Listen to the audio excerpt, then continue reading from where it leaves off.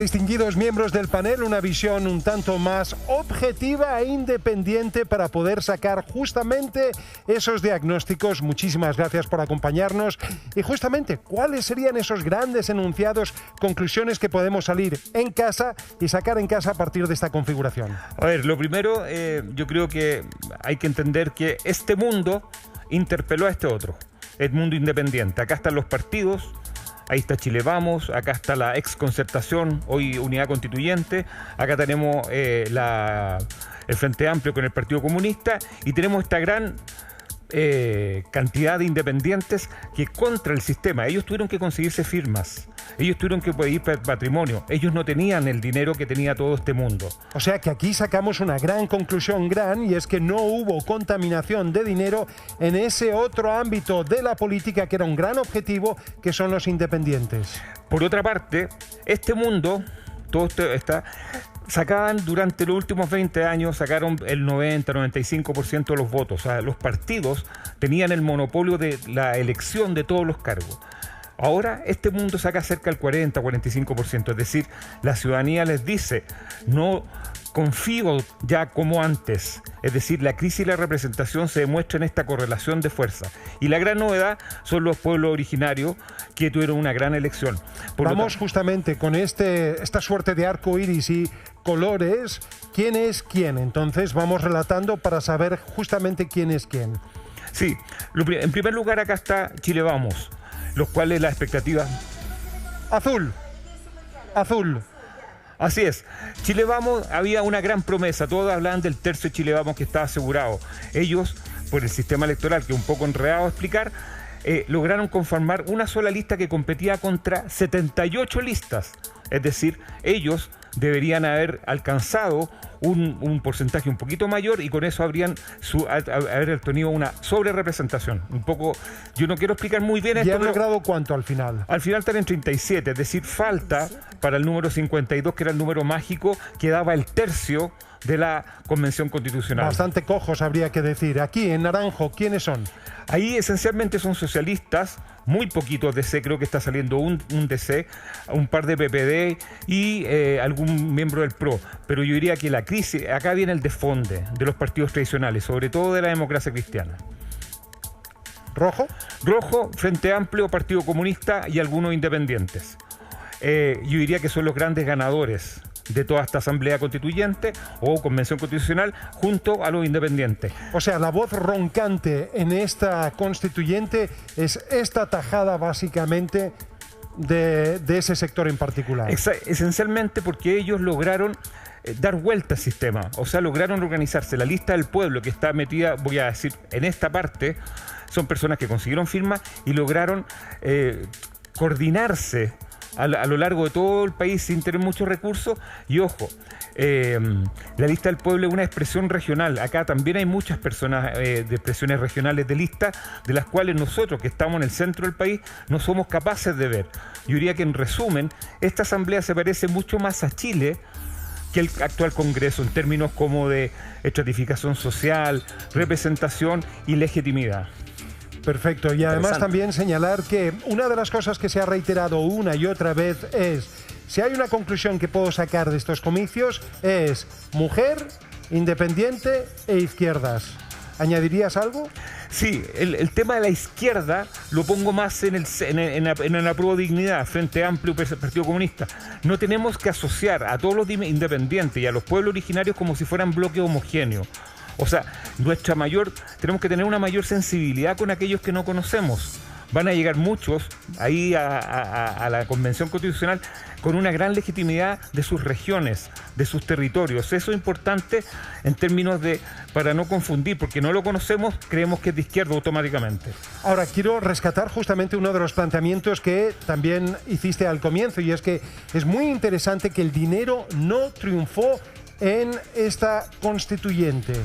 Yo diría que muy poco, casi nada, porque en el fondo los que votaron ayer son personas, esto lo vamos a seguir debatiendo durante meses, capaz que años, pero de los 6 millones es un electorado bastante complejo, porque los que fueron a votar ayer, el voto es un voto informado.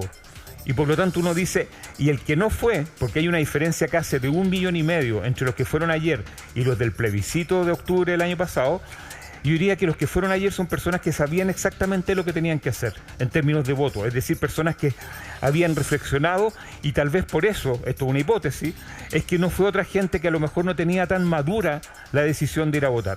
Mira, perfecto. Axel, por acá, Tonka. ¿cómo queda el pensamiento de la convención? ¿Para qué cámara? Ah, ya, convención constituyente. ¿Están todas las Sí. cámaras? No. Porque se informó hace poco que la DSOE perdió un cupo, o sea, tiene solamente uno.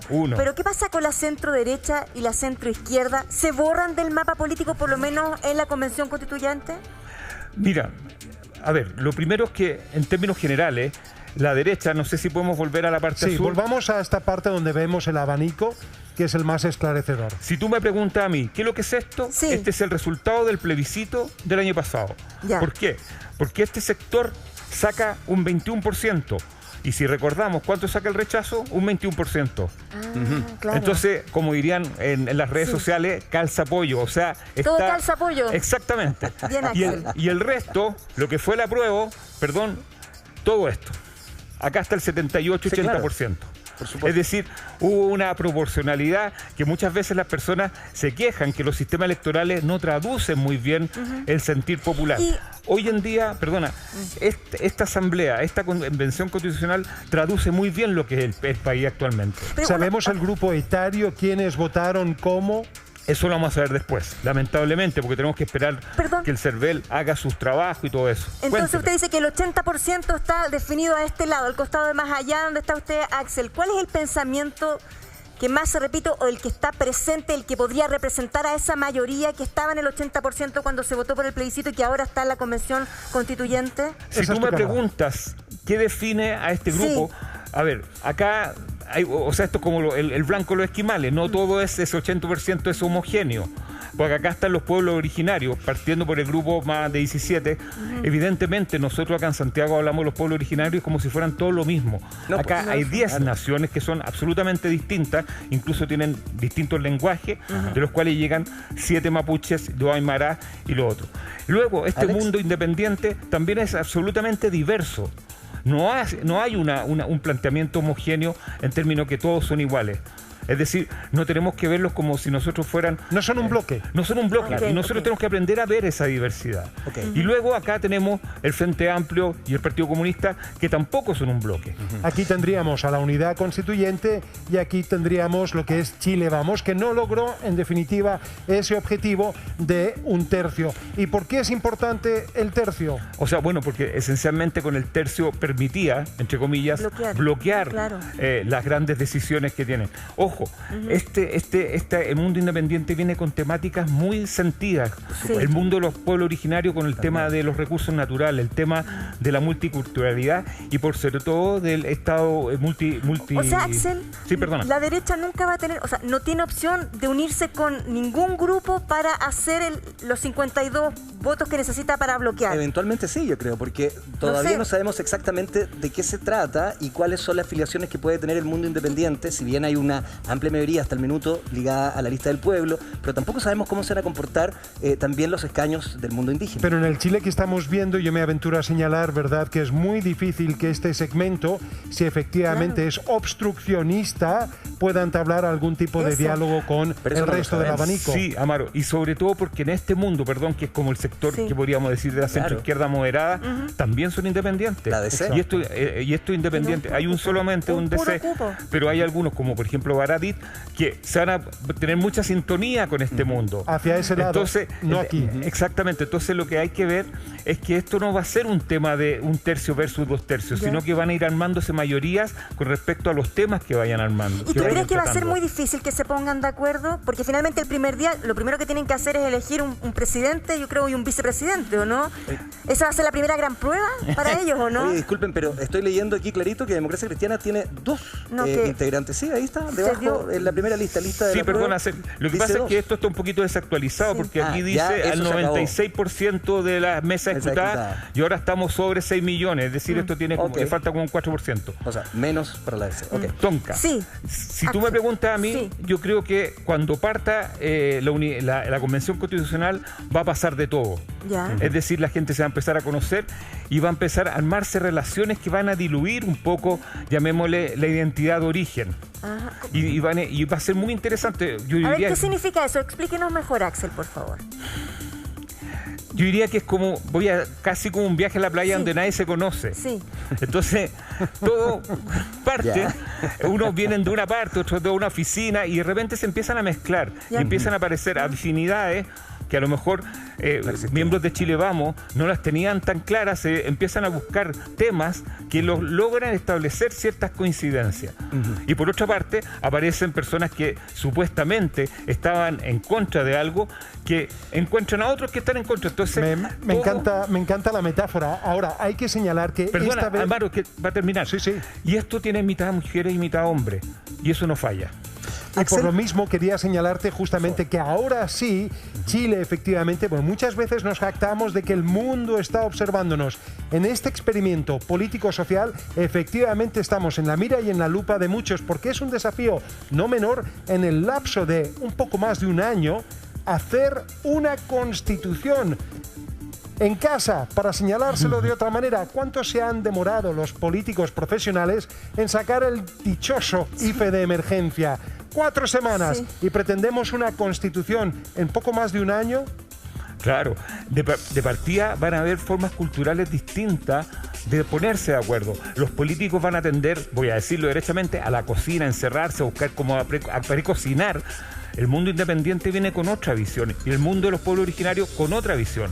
Entonces de ahí va a salir, yo soy optimista, una mezcla que va a ser muy interesante. Esto es más parecido a un reality que a un congreso. O sea, me Entonces, parece muy buena esa puedo analogía. partir yo. ¿Quién- Puedo queremos partir para allá saber? inmediato. ¿Quién ¿Por qué fija las reality? reglas del reality? No se pueden eliminar a los participantes, Axel, acá. Solamente coja la analogía en ese Sí. aspecto. Pero justamente los reglamentos. ¿Quién genera los reglamentos? ¿Cuánto tiempo ¿Quién preside? para generar esos reglamentos? O sea, yo Porque creo eso que es clave. la primera prueba de fuego de toda esta mezcla va a ser ponerse de acuerdo sobre el reglamento. Es decir, la forma que va a tener de operar esta convención constitucional. Ahí vamos a empezar a ver ya los primeros muestras de dientes de parte de los políticos, que son los profesionales de esto. Todo este mundo no es profesional de hacer una constitución. Entonces ahí vamos a ver algunas diferencias, los que ya llevan mucho tiempo en el Parlamento y ya tienen como un entrenamiento. Bueno, es que Axel. ya el presidente de la constituyente ya de por sí, ¿verdad? Va a ser un jaleo. ¿Quién sería y cómo sería elegido? ¿Sobre qué base? No lo sé. Oh, Es ¿cómo no algo lo que hay que aprender a sabe? decir en la televisión. No lo sé. Está bueno. Por acá, Axel, pero ¿qué pasa? Dicen los académicos que plantean que la siguiente batalla, después de elegir entonces al presidente, al vicepresidente, va a ser el reglamento que rija a la Convención Constituyente. ¿Cómo va a ser eso? ¿Y por qué ahí hay una batalla tan importante que puede demorar mucho tiempo? Porque así ha sido en otros países. Porque evidentemente lo que va a pasar es que el conjunto de reglas van a definir la forma de las decisiones que se tomen.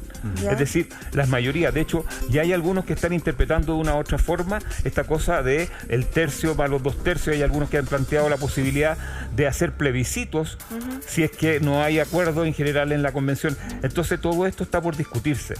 Axel, tengo una pregunta Y que tiene como que ver cortito, disculpa, con... ¿cuánto se pueden demorar en discutirlo?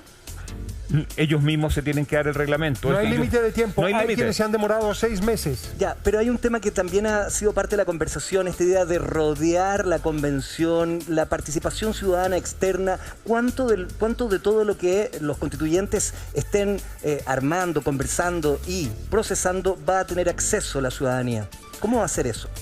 Yo lo que veo es que este mundo, el mundo independiente y algunos otros de distintos partidos, por ejemplo, esto ya es transversal, quieren hacer una constituyente absolutamente transparente, casi que la podamos ver nuevamente como un En el reality proceso. Online. en tiempo real.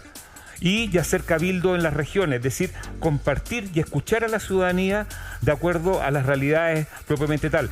Por ejemplo, la gran votación que tuvo Rodrigo Mundaca ayer. ¿Por qué? Importantísimo. por el tema del agua. Claro. El tema del agua. Entonces, acá hay temas que están dando vuelta y que tienen un impacto en los territorios. Por lo tanto, no podemos ver esto como algo estático, encerrado. Esto va a moverse. Seguramente a lo mejor van a haber comisiones que van a viajar al norte, a la sequía, a todas esas partes. Oye, y el planteamiento que hacía Marco Enrique Zaminami señalando de que eventualmente el Congreso va a ser bastante más irrelevante porque la gente se va a centrar en torno a este proceso y como tú bien señalabas, es un retrato y una fotografía más fiel de Chile que el propio Congreso. Pero obvio, porque esto tiene que ver con el futuro de Chile. El Congreso tiene que ver con un pasado o un presente que es medio lento. Exactamente. Me gustaría, porque tú hablabas de lo que ha hecho Mundaca con el tema del agua y que va a ser uno de los temas que seguramente va a ser transversal en la Convención Constituyente. El tema de género, porque aunque hayan diferentes colores políticos en esta convención, las mujeres van a poder proponer e instalar los temas que por años han estado rezagados. Y ahí hay una transformación importante en cuanto a lo que puedan crear para mejorar esa calidad de vida, igualdad de oportunidades, igualdad de trato y muchas otras cosas más. Así es. De hecho, ayer triunfaron muchas candidatas constituyentes que tenían un discurso feminista bastante evidente y les fue muy bien. Entonces, a mí no me cabe duda que a la hora de ciertos temas, por ejemplo, de feminismo, va a haber una bancada transversal. Y vamos a empezar a ver, tenemos que empezar a desestructurar nuestra cabeza entre los colores, porque esto se va a mezclar entero y van a aparecer nuevos, llamémosle colores secundarios a estos colores primarios. ¿Sabes lo interesante y lo difícil? Porque yo me pongo en la labor de un constituyente que lo que va a tener ganas de hacer es hacer leyes. Y esa no es en estricto rigor su labor, sino que hacer una ley con principios fundantes, pero vas a querer meterte en el detalle. ¿Cuánto detalle? He ahí la clave también. Sí, y sobre todo que llegan constitucionalistas importantes. Llega, Fernando Atria, llega Stingo, Baza, personas que tienen mucho, entre comillas, carrete de tener ideas constitucionales muy, muy potentes. Entonces ya van a aparecer como las versiones de la Constitución más mínima, una que sea más en detalle. Todo eso va a chocar, entre comillas, en buena, con el sentido común de todo este mundo.